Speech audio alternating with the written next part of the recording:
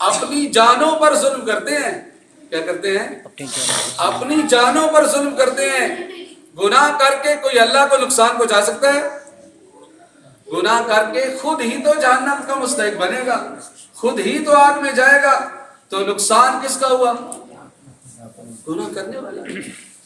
ہاں، ان کی برائیاں انہی پر آتی ہیں.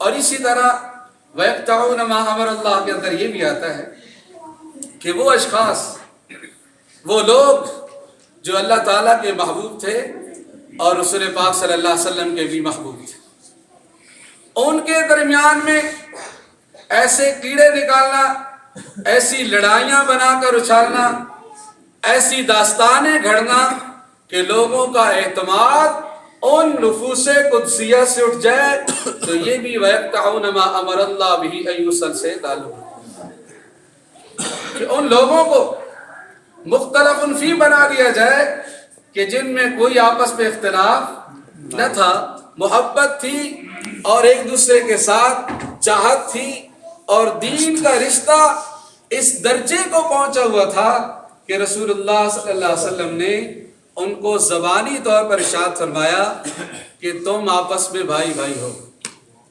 حالانکہ وہ حقیقت میں بھائی بھائی نہیں تھے.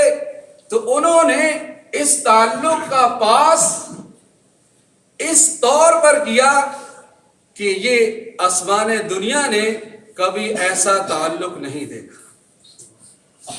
آپ ذرا سوچیں کہ آپ کی گھر والی ہو اور آپ اپنے سگے بھائی کو کہیں کہ میں اس کو طلاق دیتا ہوں، آپ نکاح کر لیں. یہ آسان کام ہے؟ کیا خیال ہے؟ یعنی اس کو اپنی ذات پر ذرا سوچیں.